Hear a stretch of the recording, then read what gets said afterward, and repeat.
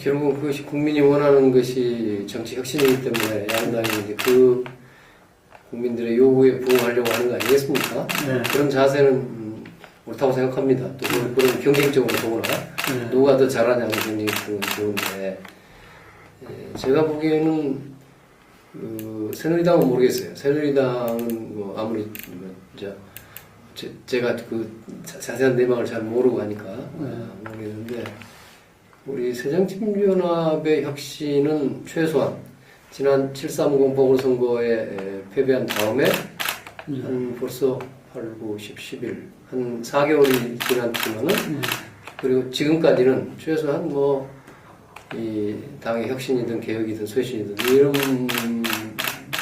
점에 관해서는 뭐 저는 한치도 진전이 없다고 보입니다. 걱정이 많지요. 예, 그래서 그러니까 기득권을 내려놓는다 뭐 이런 게 있잖아요. 그러니까 뭐 꼭 없다고 할 수는 없겠네요. 뭐 이를테면 뭐죠? 전당대회 때 뭐 후보들의 캠프에 국회의원이 뭐 참여 안 한다 뭐 이런 것들 있죠. 나쁘다고 할 수는 없죠. 그러나 사실 본질적인 부분을 본질을 들어가지 않고 뭐 지역 말단적인 것밖에 안 나는 생각이 드네요. 12월 달부터 뭐 그런 거 한다 그러다. 다음 달부터. 12월 달부터? 네, 다음 달부터. 그런데요, 제가 생각하는 이제 당의 쇄신, 혁신을 얘기하면 뭐냐, 늘 해온 이야기입니다만, 국민에게는 비전을, 당원들에게는 보통 선거권을, 이걸 주는 것이 저는 핵심의 요체라고 생각합니다. 달리 거꾸로 이야기해보면, 자꾸 기득권을 내려놓는다고 안 합니까?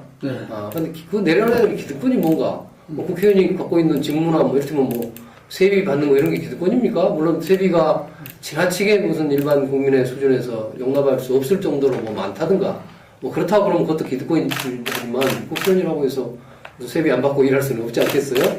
그런 문제들은 조금 무슨 마케팅용이랄까? 뭐 국민들의 입맛에 좀 맞게 하는 것이지만 제가 본 적어도 새정치민주연합의 기득권이라는 건 뭐냐 하면은 당의 모든 결정과 혜택을 국회의원과 지역위원장, 그러니까 국회의원을 포함한 지역위원장이죠.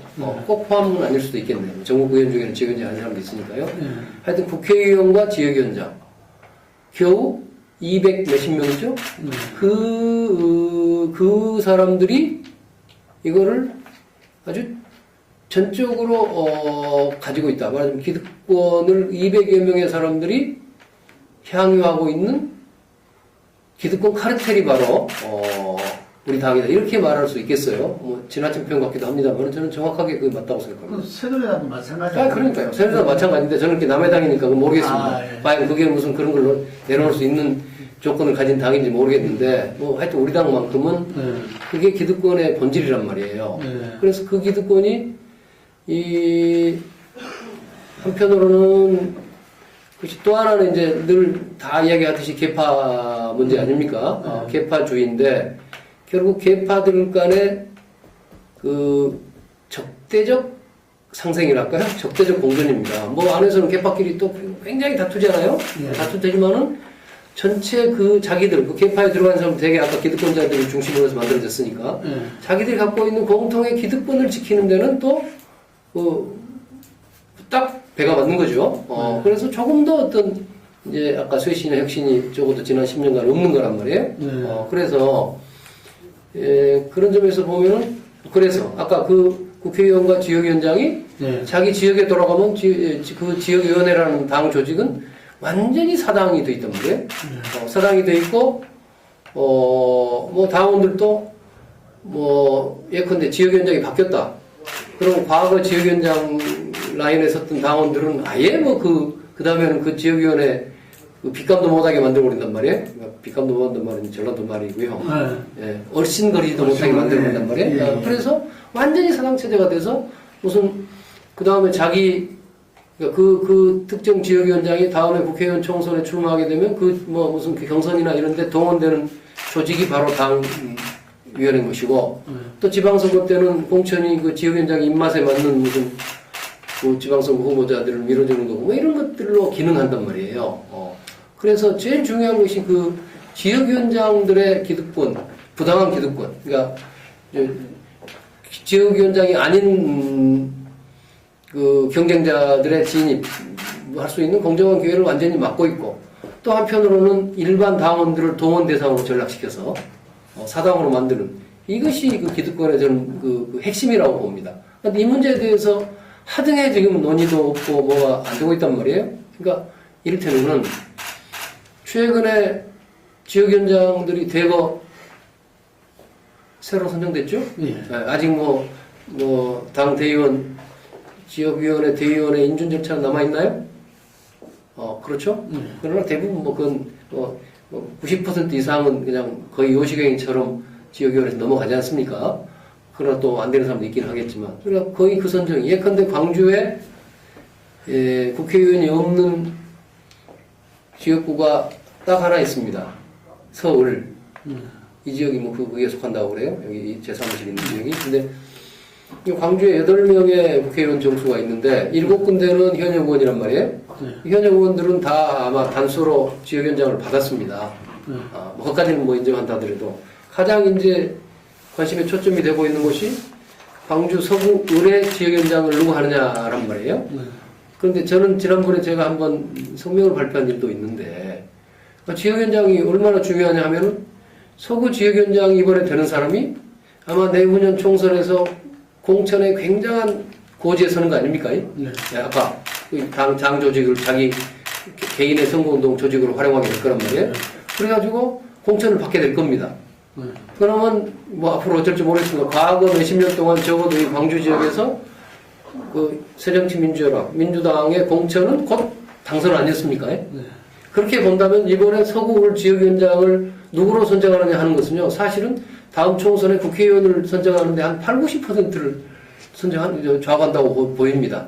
그런데 그 지역위원장을 지금 선정하는 작업이 진행 중인데 3명으로 지금 압축해서 경선을 한다고 그래요. 근데 우선 경선은 조금 다르겠습니다. 우선 3명으로 압축하는 과정에서 어떤 기준과 뭘 했는지, 또는 어떤 여기 국회의원을 뽑는 일이냐, 사실상 앞으로 서구 지역의 유권자들의 의사는 정말 반영했는지, 또 당의 지역위원장이니까 아직 반영 안 할 수도 있겠습니다만은, 그러면 당원이라도 서구울에 이 많은 권리당원도 있을 텐데 그 당원들의 의사하고 아무 관계없이 줄였단 말이에요. 몰라, 아마 지역위원, 당 조강특위가 상당히 공정하게 하려고 했는지 모르겠습니다. 최소한 투명하지 않았다고요. 조강특위가 어떤 기준을 가지고 어떻게 한다는 것이 하나도 공표되지 않은 상태에서 그때 제가 알기로는 8~9명이 지역위원장 신청을 했는데 하여튼 3명으로 지금 줄여놨거든요. 그러면 나머지 떨어진 사람들이 여기 지금 살아남은 3명에 비해서 뭐가 어떤 것인지 한데 대한 하등에 무슨 납득할 만한, 또는 우리가 외부에서 짐작할 만한 무슨 이유는 제시하지 않는 거란 말이에요.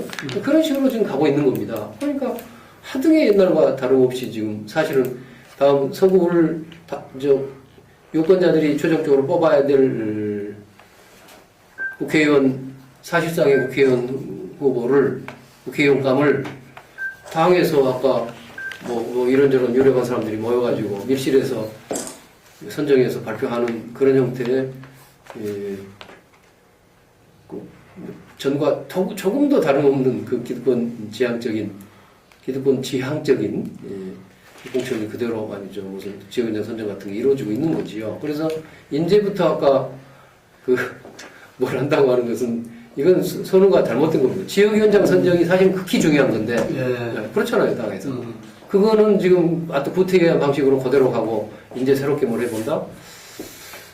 지금이라도 잘하기를 바랍니다만은 결국 이제 아까 국민에게 비전이라면 그것은 말하자면 서브스텐스, 콘텐츠, 그 내용에 해당 공적인 목표는 그거 아니겠습니까? 우리가 정치를 하고 정당 활동의 목적은 국민에게 비전을 제시하고 결국 그걸 실현하는 일일 텐데 형태적으로는 그것을 하기 위해서는 당원들이 주인이 되는, 추상적으로 주인이 된다는 뜻이 아니라 대한민국 헌법에 모든 국민은 1조가 뭐죠? 대한민국의 주권은 국민에게 있고 모든 권력은 국민으로부터 나온다. 이것이 대한민국 헌법 1조 아닙니까? 그래서 모든 권력이 국민으로부터 나온다는 것의 가장 직접적인 표현이 우리가 대통령, 국회의원 이런 공직자들을 모든 국민이 보통 선거권, 보통 비밀 직접 뭡니까? 평등 선거에서 뽑는 거 아닙니까? 그것이 사실은 이 대의 정치에서 그것이 주권의 하여튼 가장 핵심 아니겠습니까? 그러면 아까 당원에게 우리 당원들은 자기 당에 아까 극히 중요한 자기 지역위원회 위원장을 뽑는데 사실상 투표권이 없단 말이에요. 아예 없는 건 아니지만 어느 정도 있긴 하지만 아까 경선을 한다면 3명 하니까 그 경선할 때는 당원들이 가서 하겠죠. 그러나 경선 이전에 더 많은 사람들이 경선에 탈락하고 말았는데 그런 과정에 하등의 무슨 합리적인 무슨 근거가 적어도 제시되지 않은 것 같다는 겁니다. 그래서 완전히 어떤 계파 간의 담합과 무슨 그 내부 폴리틱스에 의해서 계속되고 있는 걸로 보인단 말이에요. 그래서 그 보통 선거권의 핵심이 보통 선거권이 저는 두 가지라고 보이는데요. 하나는 당의 모든 당직, 선출직 당직을 당원들에게 모두 다 뽑을 수 있는 투표권을 주자. 당 대표로부터 뭐 최고위원, 무슨 아까 지역위원장, 뭐 시도당 위원장, 아니면 가장 풀뿌리 단계에서는 지역 대의원. 지역위원회 대의원 있지 않습니까? 대의원을 지금은 뭐 내용이나 뭐 사실상은 지역위원장이 뭐 임명하다시피 하는 건 사실 아닙니까? 그런 것들을 다 거쳐서 아래로부터 상향식으로 보통 선거권에 의해서 결정을 하자. 또 당의 그 정강 정책에 해당하는 것들, 당의 비전, 정체성을 이루는 정강 정책 있지 않습니까? 중요 정책이 하는 것도 당 내에서 지금까지 늘 아까 제가 말씀드린 기득권자라는 그 잘해야 국회의원이나 뭐 대부분은 국회의원이지만은 덜어는 원외위원장들까지 좀 포함시켜서 거기서 무슨 논쟁도 하고 그래가지고 어떤 사람은 중도 실용으로 가자, 뭐 누구는 뭐 무슨 진보성을 강화하자 하다가 그것이 이제 뭐 전당대회 준비위원회가 만들어지면 거기서 알아서 되게 그 타협에서 결정하지 않습니까? 예. 그래가지고 전당대회가 정작되면 그날은 당원들은 들러리 나서서 박수나 쳐서 통과시키는 거 아닙니까? 그러면 그건 해결도 안 돼요. 그러면 그 정강정책에 대해서 잘 알지도 못하고 당원들도 모르고 사실 국회의원들도 잘 모르는 것 같아요. 어쩔 때는. 그러고 나서 그 다음에 그 논쟁이 끝도 갓도 없이 또 해집니다. 그러면 다시 무슨 사안이 생기면 어떤 사람은 더 진보로 가야 된다, 어떤 사람은 중도로 가야 된다 하면서 끝까지 간단 말이에요. 근데 그런 것도 그 전당원 투표 아까 보통 선거를 결정하자 이겁니다. 이를테면은 이 당의 정강정책을 이번에 개정한다면 무슨 전당대회 준비위원회나 뭐 어디 적당한 기구에서 뭘 하나 만들 거 아닙니까? 정강정책을 만들 텐데 그래 그것도 뭐 할 수 있습니다. 그건 당 지도부가 제시한 안이라고 하나 만들고 그 다음에 이 당원들의 발언권을 줬으면 좋겠어요. 그럼 당원이 뭐 적당히 봐서 당원 뭐 10,000명이 모이면 10,000명이 서명을 하면은 뭐 그 전당대회 정강정책 같은 것을 발의할 수 있다. 그럼 어떤 사람은 중도 실용적으로 발의한 사람 생길 것이고 그런 발의권이 주어진다면 저도 한번 나서가지고 제 나름대로의 바람직한 정강정책 같은 것을 당원들하고 힘을 모아서 발의해볼 생각도 있습니다. 그래서 전당대회에서 모이면 최소한 2-3개의 어떤 사람은 더 진보성을 강화하자, 어떤 사람은 더 뭐 중도로 가자, 보수성을 강화하자 이렇게 이제 할 텐데 그걸 놓고 그 안에서 실질적인 토론도 해보고 또 그것도 뭐 서울의 킨텍스에 모여서 하나요? 2월 8일 어디서 하나? 어디서는 모르겠지만 전당대회 장소에서 투표도 해보겠지만 그 순간에 전국적으로 아까 어차피 그 당 지도부 뽑는 선거도 저는 보통 선거권에 의해서 해야 한다고 생각하니까 전국적으로 직접 선거를 하게 되는데 그 선거할 때 이 정강정책에 대해서도 전당원 투표 형식으로 해서 그럼 결과를 해보면 우리 당의 주인인 수십만 당원들이 적어도 참여해가지고 우리가 어떤 정강과 정책과 어떤 노선으로 가야 한다는 것이 그 순간에 정해지는 거 아닙니까? 그러면은 국회의원이고 누구고 이 사람은 또 그 다음에는 좀 끽소리 하지 마라 이겁니다. 당분간은. 한 1년간은 그 당원이 전당원이 결정해서 민주적으로 국민투표 같이 말하자면 국가로 친당 국민투표 같은 것이 이 국민투표에 의해서 만들어진 거기 때문에 그러면 그 노선을 갖다가 충실하게 이행하면서 가자 이겁니다. 그래서 한 6개월 1년 해보다가 그 다음 전당대회나 전당원 투표의 기회에 다시 투표해서 그걸 바꿀 수도 있고 이렇게 되겠죠. 그래서 당이 무슨 평소에 어제도 누가 광주 오셔서 그런 강연을 했다고 그래서 화제가 됐는데요. 그냥 자영업자 정당이다. 국회의원 한 명이 각각 무슨 자기 그 자기 주장만 끝없이 내세워가지고 어떤 뭐 당력도 모아지지 않는 당이 돼 있는데 이제 이런 거 이제 끝내고 정말 민주적으로 풀뿌리 당원의 보통선거권에 의해서 그런 그 정강적 지금 중심으로 한 국가 비전도 만들자 이겁니다. 그래서 다시 돌아가면은 국민에게는 비전인데 국민에게 드릴 비전을 결국은 당원의 보통선거권 행사에 의해서 결정하는 것이 옳다. 그렇게 보는 것입니다. 그거는 조금 오해된 측면이 있죠. 지난번에 보니까 누군가요? 박영선 비대위원장이 취임하자마자 앞으로 전략공천 없고 뭐 오픈 프라이머리로만 하겠다 이렇게 했던 것 같죠? 다음 총선을 그 말씀이 저는 그걸 들으면서 그럼 그건 뭐지? 그럼 현실적으로 이번 국회의원 현재 국회의원들이 이 다음에 다공천 받게 될 공산이 커진 거 아닌가요? 오픈 프라이머리 말로 아까 명분은 좋을지 몰라도 대체로 지명도가 높고 조직이 세고 뭐 이런 현역 의원을 신인이 당해낼 수가 없는 제도인 것도 분명한 것 같아요. 그래서 저는 이제 전략공천의 폐해가 있고 전략공천의 그 폐해에 대한 지적들은 옳지만 또 지난번 제가 그 전략공천의 피해를 좀 본 사람 아닙니까? 그렇긴 하지만 그 오픈 프라이머리가 능사는 아니다. 그래서 어느 정도 저는 전략공천 그래서 우리 당의 과거에도요 늘 제가 그 개혁특위위원장을 맡을 때도 이 30% 미만은 전략공천을 한다는 점을 저는 항상 그대로 두고 있습니다. 그러니까 전략공천을 해야 무슨 뭐 예컨대 여성을 배려한다든가 무슨 뭐 어떻게 소수자를 배려한다든가 청년들을 배려한다든가 무슨 외부의 그야말로 당의 전략적 관점에서 뭐 좋은 영입 인사를 배려한다든가 이런 것들이 저는 있어야 한다고 생각합니다.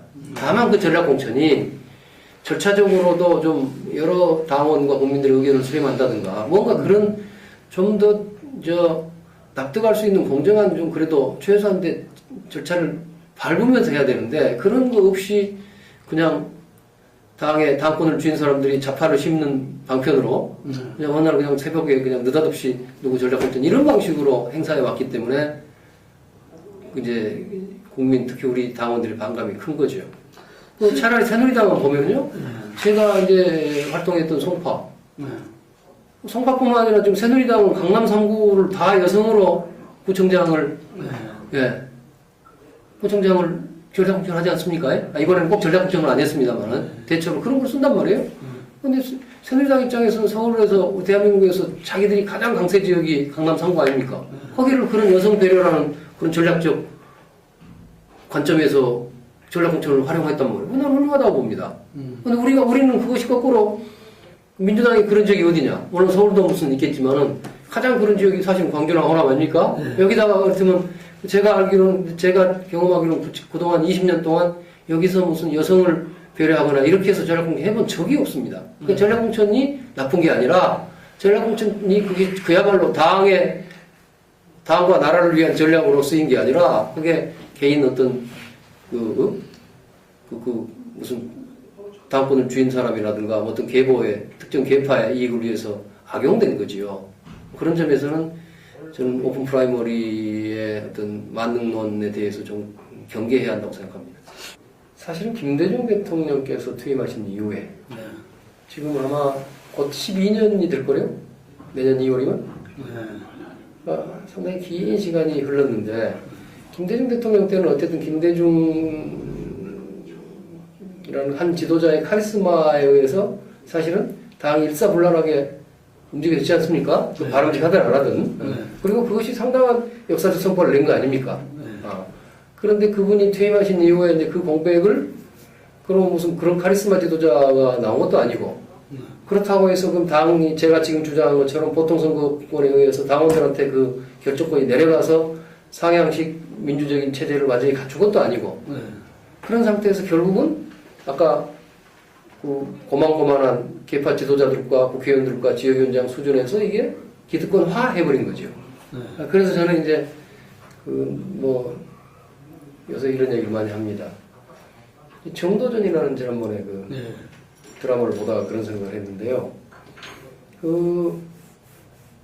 DJ 시절은 어쨌든 절대군주, 절대 왕권의 시대, 우리 야당에 관한 한 국가가 그랬다는 게 아니라 그런 시대였다면 지난 10여 년간의 DJ 이후의 시대는 이게 권신들의 시대다. 이런 고만고만한 권신들이 하고 있지만 사실은 동서고금의 역사에서 그 복수의 권신들이 날뛰는 그 시대가 가장 민족이 피곤한 가장 살기 힘든 시대가 아니었던가 싶어요. 그래서 지금은 그런 시대를 권신의 시대를 다시 무슨 절대 왕조 시대로 돌릴 수는 없는 거 아닙니까? 그것이 민주화죠. 민주화가 아까 제가 말씀드린 거는 당원에 의한 보통 선거권이 민주주의 핵심 아닙니까? 그래서 이제 당원들한테 주자. 당원들이 제가 말씀드린 것은 기술적으로는 그냥 일반 당원 다 주자는 뜻은 아닙니다. 적어도 당원으로서의 그 공민권 행사할 수 있는 최소한의 요건을 갖춘 당원들.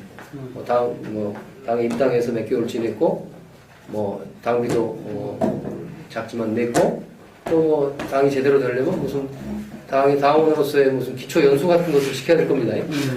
그런 기초 연수도 받아서 여러 의미에서 당의 정체성이 맞고, 당의 주인으로서의 책임의식을 명확하게 가진 사람들을 저는 그런 당원이라고 생각하는데 그 당원들이 결국은 모든 문제를 결정할 수 있는 그런 결정권을 주게 되면 저는 그것으로부터 당의 변화가 만들어질 수 있다고 확신합니다.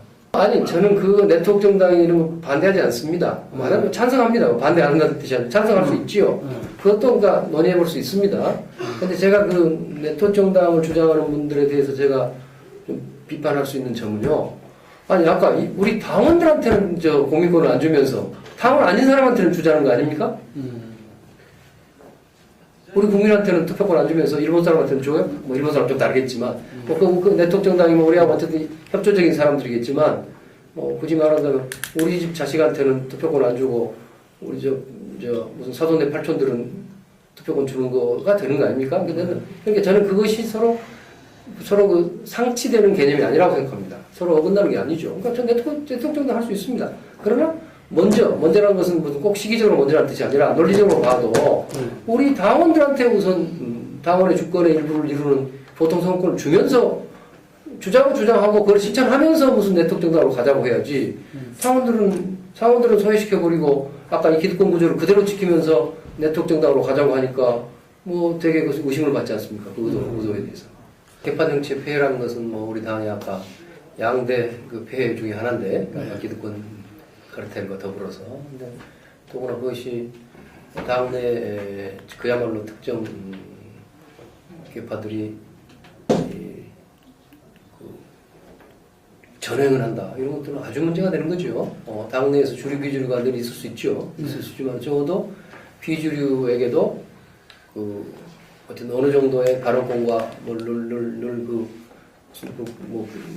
권한들을 분여하면서 함께 가는 것이 제대로 된 당 아니겠습니까? 그런 점에서 본다면 그동안에 이제 어떤 우리 당의 이런 개파 싸움의 성격은 물론 어떤 부분에서는 아까 지역위원장 자리를 서로 지키는 점에 있어서는 서로 안목리에 또 배가 맞는 점이 있지만은 그 밖에 여러 가지 점에 있어서는 공천에서도 그런 일들이 지난 총선에도 있었지 않습니까? 지난 총선도 있고 이번 재보궐선거도 있고 지방선거도 그런 개파적 시각에서 공천이 함부로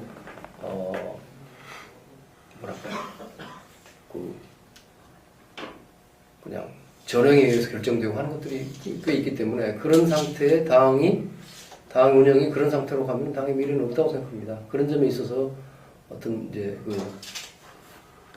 특정 개파의 무슨 과도한 독식 이런 걸 우려하는 것들은 저는 일종의 공감하는 부분입니다. 원칙적으로 그렇죠. 그렇기 때문에 저는 이 개파 문제를 누가 인위적으로 누가 안 나와라 이런 것보다는 그래서 이 공정한 경쟁 구조를 갖고 하자는 이야기입니다. 그러니까 그래서 제가 보통 선거를 주장하는데요. 같은 똑같은 사람이라도 다 몇십만 당원이 이 투표권을 가지고 직접 보통 비밀 평등선거에 투표를 해서 꼭 그것도 아니죠. 보통 조금 좀 다를 수도 있겠죠. 평등선거에 예를 들면은 평등선거 우리 당은 이제 지역적 특수성상 경우에 따라서는 호남의 한 표가 무슨 영남에 뭐 0.1%밖에 안 되는 수도 많이 있었지 않습니까? 네, 아, 그렇죠. 뭐 어느 정도, 그것도 어느 정도 용인해야 되겠죠. 정도. 어느 정도는 1대1이라고 뭐 하기는 좀 곤란, 그렇지, 용인할 수 있다고 생각합니다. 그럼에도 불구하고 큰 틀에서 보면은 당원이, 그 수십만 당원이 참여해서 누구를 뽑았다고 그러면 똑같은 사람들이 나는 그거는 정통성을 인정해 줄 수 있죠. 당원이 결정. 그런데 그것이 아니라 지금 같은 구조라고 그러면 앞으로 이제 전당대회 룰이 어떻게 될지 좀 봐야 되겠습니다만은 과거대로 했다고 그러면 결국 어떻습니까? 지금 아까 200명의 저 국회의원과 지역위원장 200여 명을 몇 명 확보하냐에 따라서 그 사람들이 저 각 동네에서 버스에 싣고 올라가서 투표하는 거 아닌가요? 그런 방식으로 당대표가 뽑히고 그 당대표가 더구나 무슨 집단 지자체도 아니고 뭐 단일 지자체로 뭐 말리컨대 한다든가 그 등등 해서 당의 전체를 독식하고 더구나 그 대표가 다음 대선도 나가게 되고 대선 주자로 뛰고 되면은 사실은 다음 총선 공천권도 지금 같은 꼴이라면 공천이 무슨 확실하게 투명하게 된 것도 아니라면 다음 당권의 향배에 따라서 공천권도 좌우될 가능성이 매우 높지 않습니까? 총선에서 운명이 다 그렇죠. 그런 방식으로 가는 것은 옳지 않다고 생각합니다. 그래서 저는 다시 강조하건데 공정한 경쟁 구조를 갖춘다고 그러면 누구 개인한테 뭐 나오라 마라 할 수 없죠. 뭐 공민권이 있는 비선권이 있는 사람은 다 나올 수 있다고 생각합니다. 다만 대권 당권은 분리하는 게 옳다고 생각합니다. 그건 뭐 특정인이 문제가 아니라 지난 대선에도 분리했습니다. 그 기간이 있잖아요. 1년 6개월 전인가 뭐 이 기간이. 그러니까 중요한 것은 총선 뭐 기간도 막 이제 개인적인가 그 기간의 장단도 중요하겠지만 총선과 대선이 한 1년 6개월 정도 시간이 되겠죠? 1년 8개월? 그렇죠? 예, 4월하고 12월. 예. 그러니까 4월하고 12월이니까 1년 8개월 정도의 간격이 있는데 대통령 후보로 결정을 훨씬 더 할지도 모르겠고 총선도 뭐 합니다. 하여튼 1년여 만에 대통령 후보 경선하게 되는 거 아니겠습니까? 그런데 앞에서 공천권까지 달린 그 당권까지 갖는 것은 지나치다고 생각합니다. 지난번에도 대권 당권을 분리했기 때문에 총선을 관리할 그때 지도부는 이른바 대권주자들이 아무도 안 나왔지 않습니까? 그때 기간이 얼마 안 그러니까 물리적 기간도 중요하겠지만 실질적 내용적으로 보면은 결국 다음 대선에 가려고 하는 세력들이 총선까지 아까 총선 공천까지 지금 같은 거라고 그러면 뭐 절대적인 힘을 갖고 있잖아요. 뭐 지난번 제 전 지역구였던 제 안산 다롱갑 같은 데가 지난번 총선 때 그 무리하게 전략공천 해가지고 지금 그 지역이 지금 새누리당 의원이 돼 있습니다. 예. 그런 일들이 그런 경험에서 배우지 못하는 거지요. 그래서 저는 역시 대권 당권 분리 옳다고 생각합니다. 그러니까 뭐 항상 옳은 것이 아니라 이번 국면에서 보면 총선과 정확히 말하면 총선 공천을 좌지우지할 당 대표가 대선 후보로 나가면서 두 가지 다 하는 것은 결국 지나치다고 봅니다. 그런 점에서 저는 뭐 지금 당의 개파적인 주장이나 거기에는 별로 가담하고 싶은 생각이 없어요. 저는 뭐 친노에 대해서도 굉장히 비판적이지만 그렇다고 뭐 비노가 큰 비전을 갖고 있냐 그것도 아닌 것 같습니다. 그것이 우리 당의 지금 어려움이죠. 그러죠. 비참한 거죠. 비참한 건데 그러나 그래서 뭐 지금 특정 세력을 편들고 싶은 생각은 없지만 그러나 적어도 아까 당의 공정한 경쟁 구조가 만들어진다는 관점에서 보면 아까 전당원 보통선거에 의해서 당대표를 뽑아야 될 것이고 그렇다면 누군지 나올 수 있지만 그렇지 않고 구태연하게 지금 동원식 선거로 치러지는 당대표라면 그렇게 당대표가 뭐 총선 대선을 다 관리하는 식으로 가는 것은 공정하지 못하는 공정한 선거인데 전당 투표자 된다면 상관없습니까? 저는 그렇게 봅니다. 된다면 뭐 당권된 건 별로 상관없다. 아니 당권 대권은 그래도 분리해야 되겠죠. 그래도. 그 당권이란 건 아까 총선 공천권을 가진 당권이란 말이에요. 아까 전략공천권도 있고 여러 가지 그렇지 않습니까? 실제로도 지금 특히 전국구 의원들 19대 의원도 그렇고 18대 그렇고 계속 17대 보면 제가 정치 그동안 한 20년 해보니까 다 그때 당권을 쥔 사람들이 전부 자기 사람 심기식으로 비례대표 공천 해온 것도 사실 아닙니까? 그런 점들을 지금 불식시키기 어렵죠. 이제 그거를 이제 그러니까 당장의 관점에서 이야기하느냐, 중장기적인 관점에서 이야기하느냐 좀 다르다고 생각합니다. 그 점에 오해가 있어서는 안 되겠죠. 저는 중장기적으로 복지국가로 가야 한다고 생각합니다. 그리고 증세도 있어야 되겠죠. 제가 정의로운 복지국가 제 책에서 뭐 프랑스 같은 데서 하고 있는 무슨 그러니까 뭐 사회보장 세를 부가세로서 부가가치세라는 뜻이 아니라 예컨대 전에 뭐 방위세 같은 거 거둘 때 목적세처럼 목적세지만 방위세를 거둘 때 소득세나 법인세에다 또 얼마를 좀 붙이는 게 그런 식으로 부과시켰지 않습니까? 그런 것처럼 교육세도 그랬고요. 그런 것처럼 소득이 많은 사람들 소득이 많이 내는 사람들한테 그 사회보장세를 좀 더 내게 만들어서 결국은 부자들이 더 많이 부담하고 조금 상대적으로 부자가 아닌 사람들은 덜 부담하고 이런 방식의 증세가 필요하다고 저는 생각합니다. 근데 그것이 그럼 당장에 뭐 증세를 막 하느냐 그건 아니고 오히려 지금도 소득세나 이런 쪽에 뭐 법인 무슨 우리나라의 세율이 높음에도 불구하고 실제 실효세로 매우 낮다는 거 아닙니까? 무슨 이런 뭐 비과세 감면 이런 게 너무 많이 이루어지고 하는데 그런 것들을 좀 많이 축소하고 또 소득에 대한 과세에 대해서 누진 구조를 확대해서 좀 많이 낸 사람은 수백억 번 사람은 지금보다 세금 훨씬 더 많이 내야 되는 거 아니겠습니까? 그런 식의 세제 개혁부터 출발을 해서 차차차차 점진적으로 10년이고 20년을 두고 무슨 아까 목적세를 아까 증세를 하면서 재원 조달을 해야 한다고 생각합니다. 그 다음에 복지 확대 문제도 당장에 실현할 복지와 점진적으로 확대해서 뒤에 할 복지 이런 순서들을 잘 정해서 근데 뭐 무상보육은 뭐 지금 제일 먼저 하자는 거 아닙니까? 새누리당도 무상보육을 박 대통령 공약 아닙니까? 그럼 그거는 여야 간에 먼저 그러면 빨리 먼저 실시하고 그 다음에 차차차차 무슨 뭐 무상의료라든가 하여튼 의료복지 확대라든가 무슨 교육복지 확대라든가 이런 것들이 우선순위를 정해서 앞으로 10년이고 20년이고 좀 장기적 관점에서 그걸 서로 국민적 합의를 거쳐가면서 가자. 그러니까 재원 마련도 그렇게 장기적으로 가고 복지 혜택도 장기적으로 확충해 나가자고 생각합니다. 그래서 저는 그런 주장을 과거에 한 적이 있죠. 얼마 정도. 그러니까 복지국가 2단계 10년 계획을 세우자. 앞에 5년 동안에는 뭘 하고 그 다음 5년 동안 뭘 해서 앞으로 10년 정도면 우리가 10년 정도에 도달하는 우리의 복지의 목표를 둘 수 있겠죠. 근데 그것이 제 생각에 너무 그것이 성급하다고 그러면 20년에도 상관없다고 생각합니다. 지금 우리나라의 공공복지 지출이 GDP의 되게 10% 미만이죠, 아직도? 네, 아직도 10% 미만인데 되게 OECD 평균은 한 20%가 넘고 더 선진국들은 무슨 북유럽이라든가 뭐 프랑스라든가 이런 나라들은 30%가 넘는다고 알고 있습니다.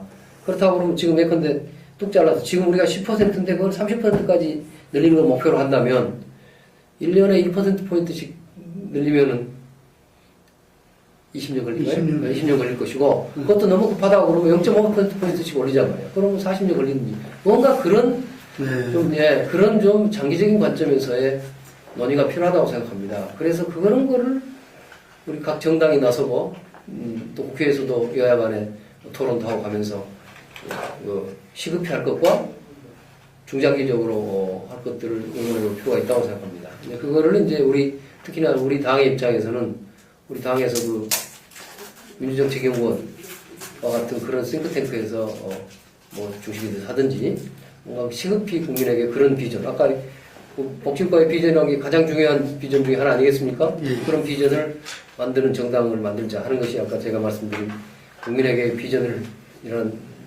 내용 중에서 굉장히 중요한 내용이죠. 광주를 중심으로 한 호남은 특별한 지역입니다. 제가 호남이 특권을 누리자는 뜻이 전혀 아니고요. 특별하다는 것은 우리나라의 어떤 과거 역사도 그렇지만 민주주의와 개혁과 진보를 이끌어온 중심 지역입니다. 또 한편으로는 호남은 과거 오랫동안 역사적으로 뭐 소외되고 차별받아 왔습니다. 그것도 아직 다 해소가 안 돼 있지만 더더욱 중요한 것은 우리 지난 50년 동안에 박정희 대통령의 주도하에 이루어진 세계 사상 유례를 찾기 힘든 고도성장 아니었습니까? 그런 고도성장 과정에서 호남이 완전히 배제된 상태로 왔기 때문에 호남은 지금도 경제적으로 보면은 뭐 다른 뭐 수도권이나 뭐 다른 지역에 비해서 엄청나게 납부돼 있고 이런 상황이 앞으로 개선될 별로 희망이 안 보입니다. 솔직히 말씀드려서. 그래서 그런 점에서 호남은 자기 자신의 어떤 낙후를 극복해야 될 스스로의 과제를 갖고 있고 또 한편으로는 이 대한민국의 민주주의와 진보와 개혁을 뭐 선두에 서고 또 중심이 돼서 뭐 엔진으로서 앞장서서 가기도 하고 중심이 돼야 될 그런 역사적 임무, 사명을 가지고 있지요. 그런데 실제적인 또 현재 상황을 보면은 지금 특히 정치, 자꾸 민주당이라고 그래요. 새정치민주연합의 지금 정치가 아까 지금까지 말씀드린 것처럼 극히 무기력하면서도 아까 기득권 카르텔이 돼버렸는데 그런 민주당의 단점이 가장 심각하게 드러나고 있는 것이 또 안타깝게도 호남입니다.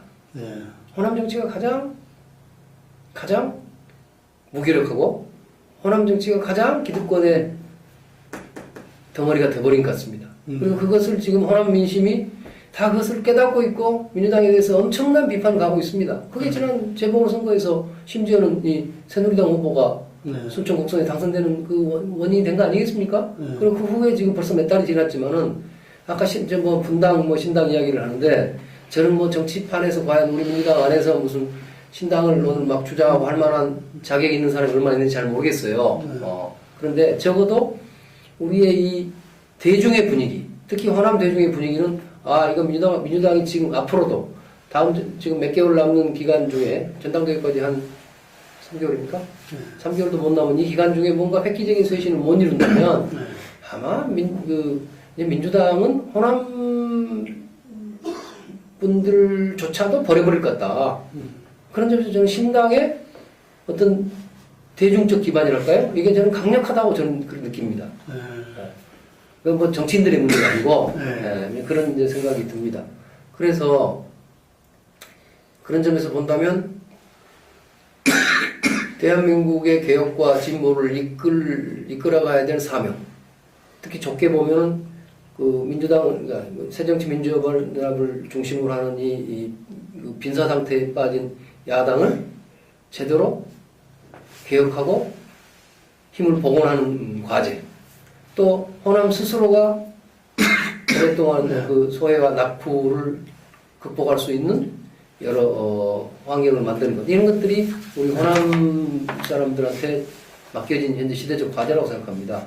제가 그 과제를, 제가 호남 출신의 정치인의 한 사람으로서 그 과제를 이 수준 높은 광주와 호남의 시민, 도민들과 함께 해보고 싶습니다. 그래서 이번 연구소를 내게 됐고요. 그래서 이름도 호남의 희망, 아예 이렇게 이름을 지었습니다. 그래서 연구소 활동을 통해서 앞으로 지금 말씀드린 그런 과제에 관해서 정치적, 정책적 비전을 마련하는 그런 활동을 우리 건강한 시민들과 함께 해보고 싶습니다.